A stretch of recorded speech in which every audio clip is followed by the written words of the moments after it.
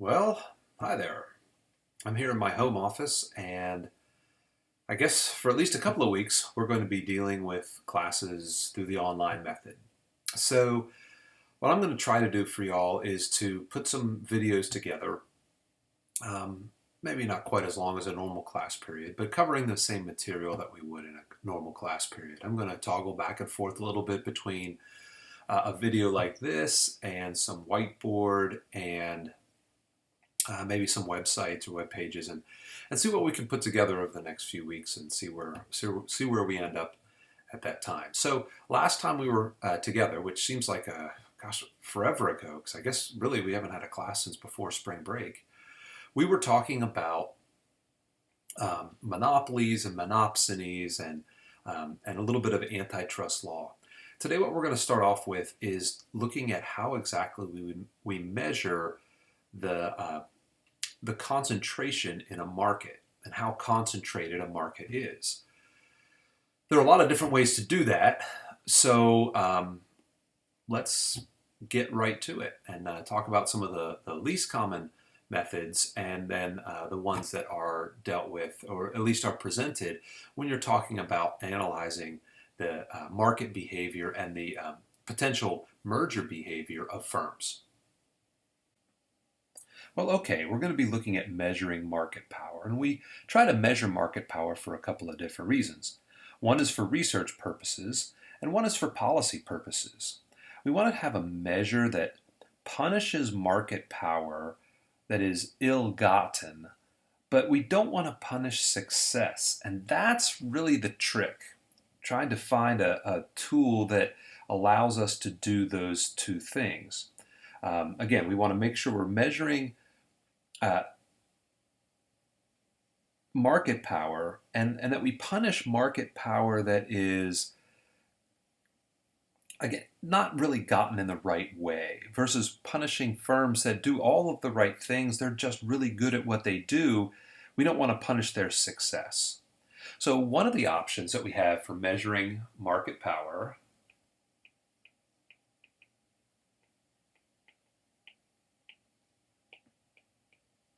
is by using kind of the old-fashioned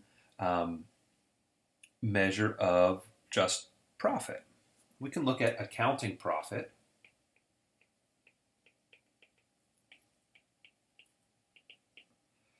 And that accounting profit can tell us whether or not a firm is kind of making a lot more than they should. If markets are competitive, then there's not going to be that persistently high profit for firms. As we saw when we looked at competitive markets, if there's profit to be earned, firms are going to come in and compete that profit away. So if there is persistent accounting profits, there's a signal that there's significant market power. Now the thing we have to be careful of when we look at this as a measure of concentration is that profits aren't necessarily signals of bad behavior.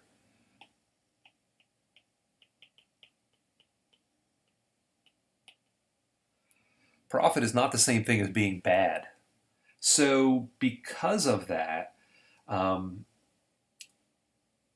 we could possibly be doing what we don't want to do. If profits are earned because a firm is incurring lower costs or has better processes or simply has better products than somebody else in the industry, and they make more money as a result, well, if we use profits as a way to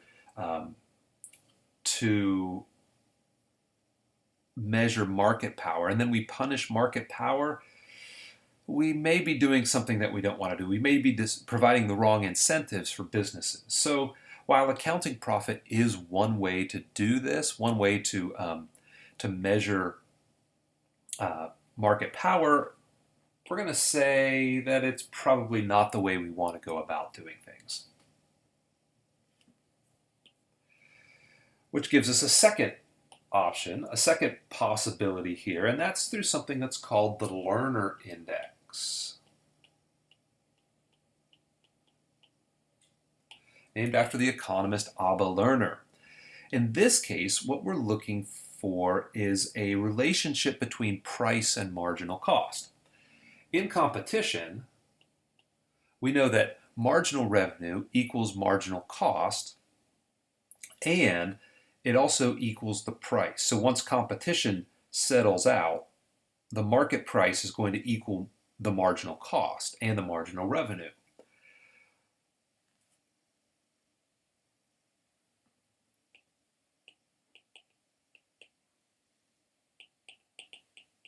So in competition, price equals marginal cost.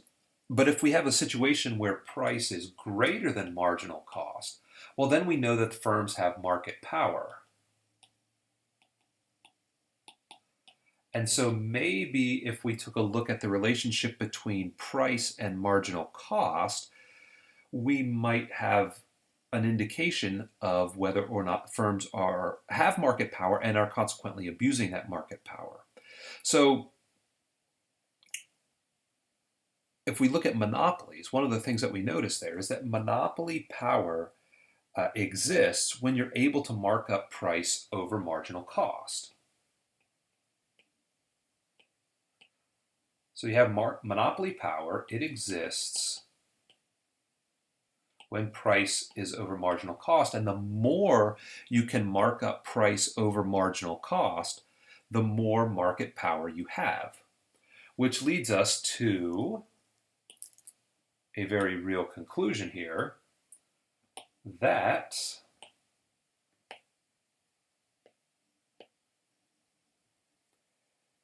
the markup for a firm is the equivalent of price minus marginal cost over price. This is basically how high above, or what percentage above price can you mark up your product. This is actually a really simple, straightforward way of looking at market power, but the problem is that it's pretty difficult to measure in practice. In reality, marginal cost is not an easy thing to measure. It's not an easy thing to find at a firm. Firms consider marginal cost, to be sure, but to pinpoint a number on the last unit that you produce is actually quite difficult. And of course, price can be difficult to identify because sometimes, in fact, a lot of times, transactions don't take place at any posted price. Think about buying a car. Nobody pays the sticker price unless you have all the money in the world and it doesn't matter. Similarly with tuition, very few people actually pay the sticker price in tuition. So when we're looking at this Lerner Index as a markup of price over marginal cost, it may not be the best tool to use because of the difficulty that exists in measuring it. And simply, you could also think of the reality that not all firms are selling identical products. And so any product differentiation makes calculating the Lerner Index incredibly difficult. So what are the problems with this particular measure? First of all, the advantage is simplicity, but the problems are that marginal cost is hard to find. Not everyone pays the same price.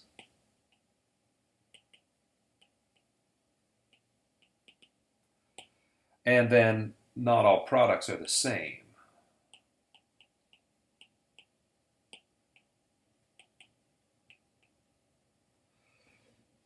So because of this, the Lerner Index, while nice and tidy, is one that we're not going to use either. So let's move on to something that is more likely to be used. One of those things is something we call a concentration ratio.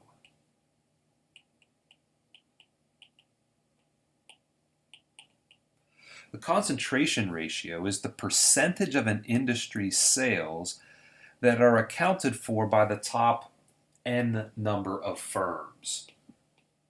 Again, it's the percentage of sales in an industry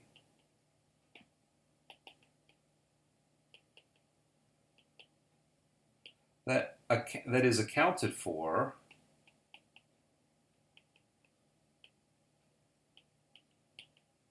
by the top n number of firms. Now, typically n equals 4 or 8. However, you can also find concentration ratios for the top 20 firms and the top 50 firms, but 4 and 8 tend to be the more common measures of concentration ratio.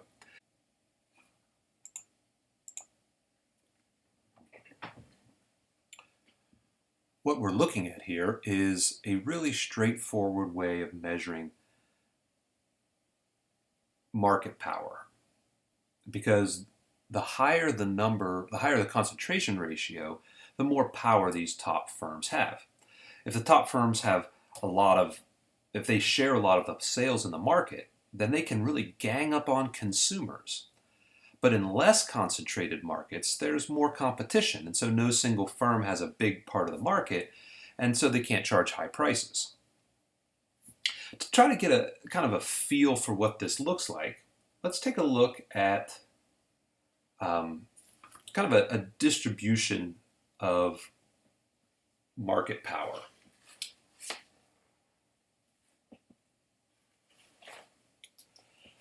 So what we're looking at here is a graph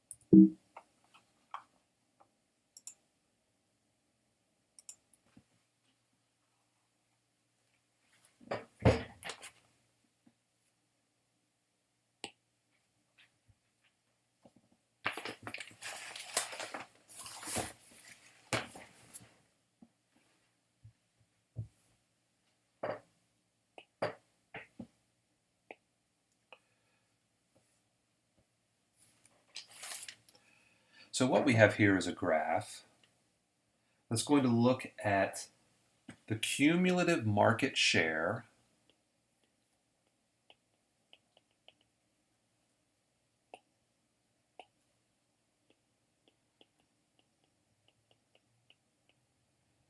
that companies have from 0 up to 100%. And then along the horizontal axis, we have the cumulative percentage of firms.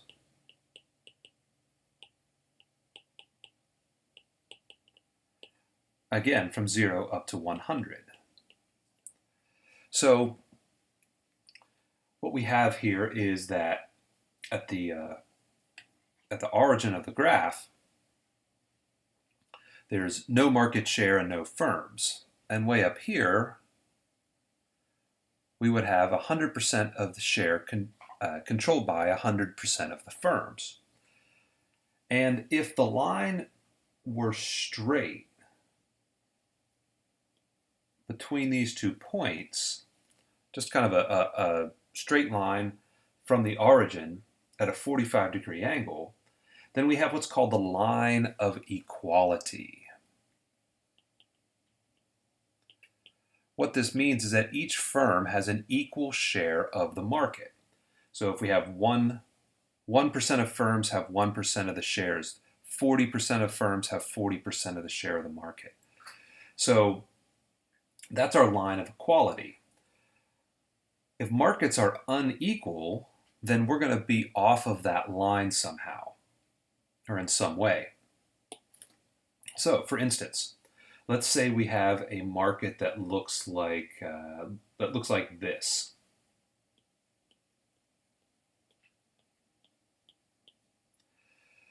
This line, this kind of red dashed line that's bowed out from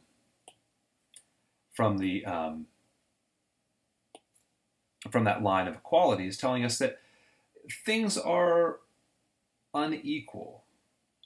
but they're not super unequal because the bow and the line isn't super big. But if we were to have a market that looked more like, say, this one,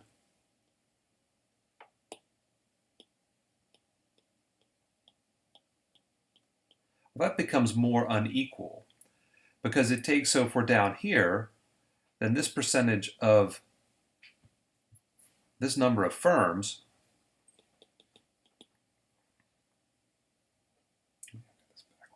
let's just delete this.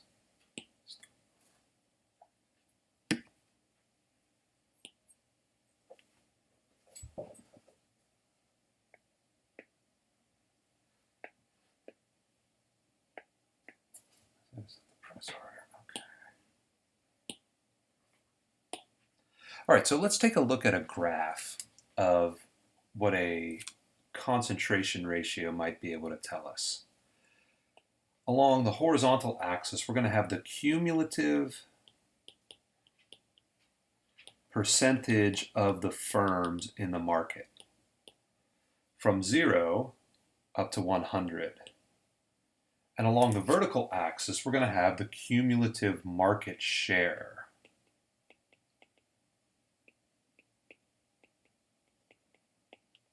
That those firms have, also from 0 up to 100. So what we would see is that a dot out here would represent all of the firms and all of the part of the market that they control.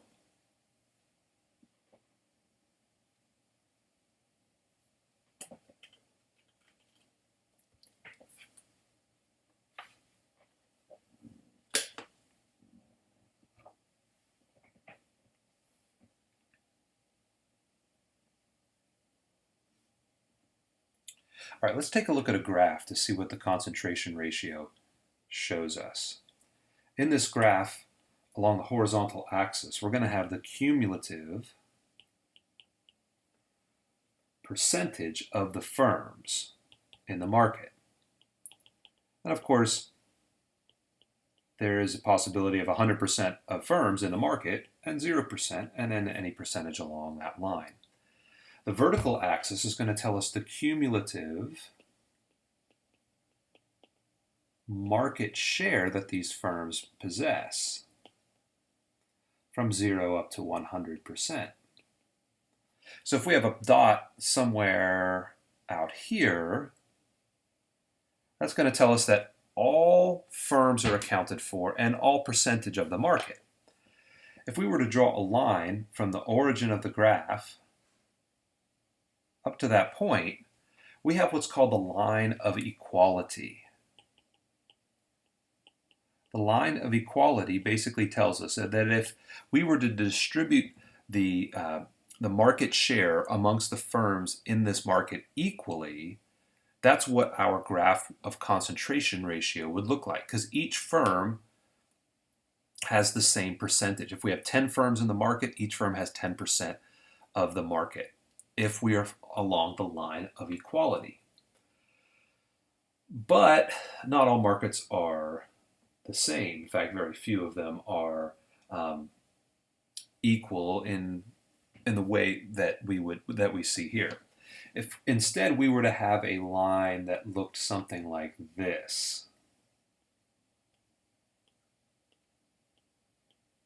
what we would see is that along that red line, a small number of firms has a higher percentage of the market than they would if the distribution was perfectly equal. So as this line bows out, this line of giving us these two percentages, as it bows out further from the line of equality, we find that the market becomes more and more unequal. If we were to have a line that looks something like this one, then we would have a much more unequal, because now that small number of firms has a much higher percentage or higher share of the market. When we look at the concentration ratio,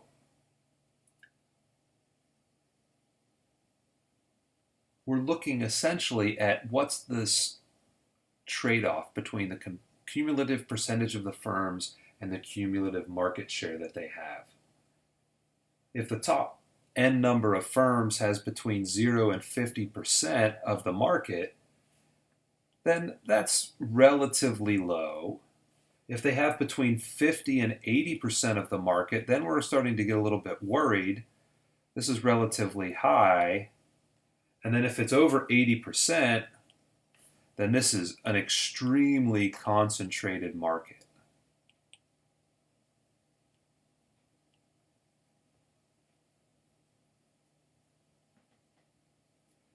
To put this in kind of in the terminology that we've become used to,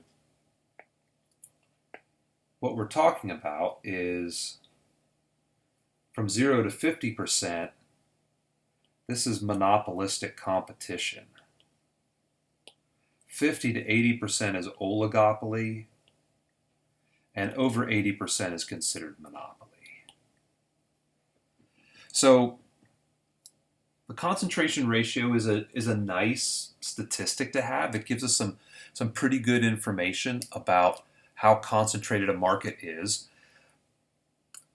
But getting this data can be a little bit of a pain in the neck. Which brings us to the measure that's most commonly used when it comes to policy making. And that is something that we call the Herfindahl-Hirschman Index.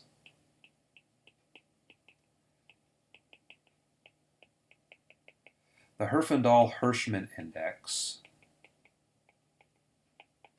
or more commonly the HHI, is a slightly more sophisticated way of looking at concentration ratios. What this is the sum of all firms' market shares squared. So HHI, if we were to measure that out, or to have a formula for it, it would look like this. It would be the sum of all firms from I equals 1 to N of the share of the market that each firm has squared. So for example, let's say we have a market where there are 3 firms. One firm has 60% of the market, one firm has 30% of the market, and one firm has 10% of the market. If we were to take those percentages and square them and then sum them, we would have the Herfindahl Index. So 60%, we take 60 and square it, it's 3,600. 30 squared is 900, 10 squared is 100, and if we were to add those up, we'd get 4,600. That is our Herfindahl Index. Now, of course, the maximum Herfindahl Index you can have is 10,000. That's if you have a monopoly with 100% of the market and you just square 100. That gives you the maximum Herfindahl Index of 10,000. What we're looking at here is how does the market change when we change the number of firms? So to understand the importance of this, let's say that we change the distribution of those 3 firms. Let's say instead of 60, 30, and 10, let's say our 3 firms are 70, 20, and 10. And we can see how that changes the Herfindahl Index. 70 squared is 4,900, 20 squared is 400, 10 squared is still 100. But now what we have is a Herfindahl Index of 5,400. So just by changing the order, or changing the percentage that each firm has, we go from a Herfindahl Index of 4,600, that's where we were, all the way up to 5,400. Just by a little bit of change. We haven't changed the number of firms, but what we have changed is the percentage of the industry that each firm controls. So, how is this used? Well, the Department of Justice uses the Herfindahl Index when it discusses merger applications. If you have an industry where the Herfindahl Index is less than 1,500, then it is considered to be really rather competitive. And if firms want to merge, there's not going to be a whole lot of problem. If the market is, or if the Herfindahl index is greater than 2,500, then it is considered to be highly concentrated. And so any merger talk in an industry like this is going to be very carefully and very carefully scrutinized. Anytime a merger, if a merger threatens to increase the Herfindahl index by 200 points, then it's going to receive special scrutiny by the Department of Justice, because this is increasing the concentration in the market. Now, again, this is just a number. It's not telling us that there's anything wrong going on. It's just a way that we measure concentration.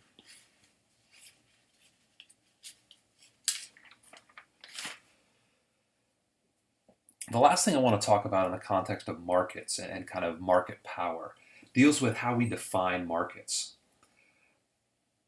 It's really important that we understand what constitutes a market if we're trying to determine whether there are any misdeeds going on. For example, a number of years ago, XM radio merged with Sirius satellite radio. And the question was, should we allow this merger to take place? Because what's going to happen is these firms are going to merge and they are going to have an extensive amount of power in this satellite radio business. The merger would have increased the concentration ratio substantially, yet it was allowed to go on anyway because of the way the lawyers who were representing XM and Sirius characterized the market.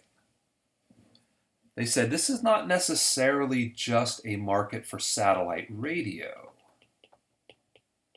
Rather, it's a market for entertainment. And if you think about it in terms of entertainment, there's a lot of entertainment competition, but not so much in the satellite radio industry. So if you can say we're merging to compete in for entertainment dollars, then you have a much better chance in convincing regulators to allow this merger to take place. The way we set up industries, the way we determine industries is through a tool that's called the North American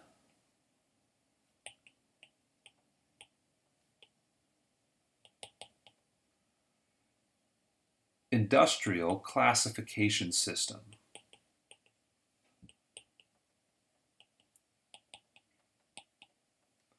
The North American Industrial Classification System, or more commonly just the NAICS.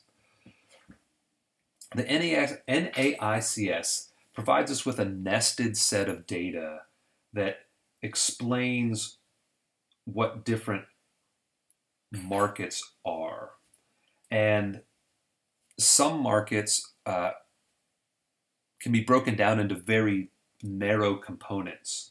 So let's take a look at what an NAICS nested categorization looks like. So here we are on the NAICS.com webpage. The homepage that you bring up gives you kind of the highest level of codes for each industry. If we were to say click on, let's look at arts and entertainment. So arts, entertainment, and recreation, all arts, entertainment, and recreation gets the number 71, but that's pretty broad. If we click on 71, we start to get things broken down. And you see how these codes are nested. So 7111 are performing arts companies, with theater companies and dance companies and musical groups and other performing arts companies. We have spectator sports, promoters of performing arts, sports, and similar events. Here's museums, here's zoos, here's skiing facilities. We have all these different nests. So the further down you get, the more narrow the analysis. And then if we click on the number in particular, we get a definition of that particular industry. So NAICS.com gives us all of these different industry classifications. And if you're thinking about a merger of companies, this is the kind of stuff that you want to think about. Are the companies that you are looking at merging very narrow, or are they very broad? Or in other words, are we talking about arts and entertainment as your level of competition, because that includes so much? Or is it racetracks? Or is it zoos and botanical gardens? And those are really, really narrow things. So knowing the NAICS helps us to define the market. Now, there are a couple of things to keep in mind about the NAICS to help us understand the ramifications of using this system. One of them is that this is the North American Industrial Classification System, so we're only dealing with North American companies. There's no international firms as part of the NAICS. Additionally, local firms can be very highly concentrated, even if at the North American level they aren't. For example, if we look at cement, well, cement is under manufacturing. And if we were to look at the number of firms in the cement and concrete product manufacturing sector, we'd see almost 11,000 companies, which makes it seem like it's a pretty competitive industry.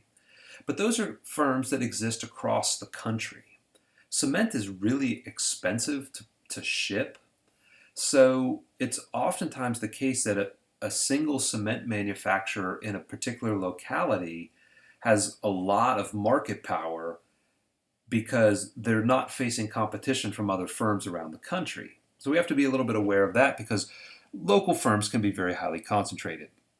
So when it comes to combining companies, if you're a regulator, you look at these numbers, you look at the Herfindahl Index, you look at the concentration ratios, you try to understand how the market is defined, and you do have to use some discretion.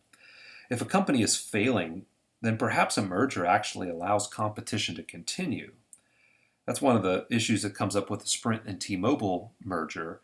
If we have a company that's getting ready to go out of business, is it better for the market to let them go out of business and then have fewer companies, or allow another existing company to merge with the floundering company so that competition can be maintained?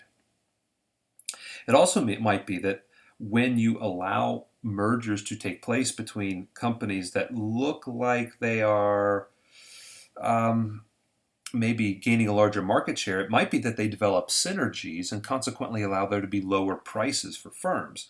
This was one of the big hopes, at least, when Aetna and CVS merged. It could be that firms are merging to achieve diversification. That would be an Amazon Whole Foods type of merger. And sometimes firms achieve economies of scale, which is what Exxon and Mobil did when they merged. So even though there can be less competition, sometimes there are significant advantages for firms when they merge. So that's how we know if firms are concentrated or not. Those are some of the basic tools that we use. There's one last thing I want to talk about in terms of markets and market behavior, and what this concentration can potentially lead to. But for now, we're going to just kind of take a breath and see if I can get this particular video published to YouTube.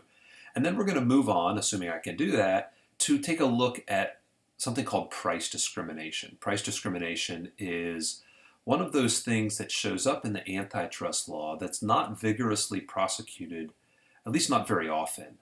And it may be good that it isn't. So we'll take a look at how free markets address the concept of price discrimination in the next video.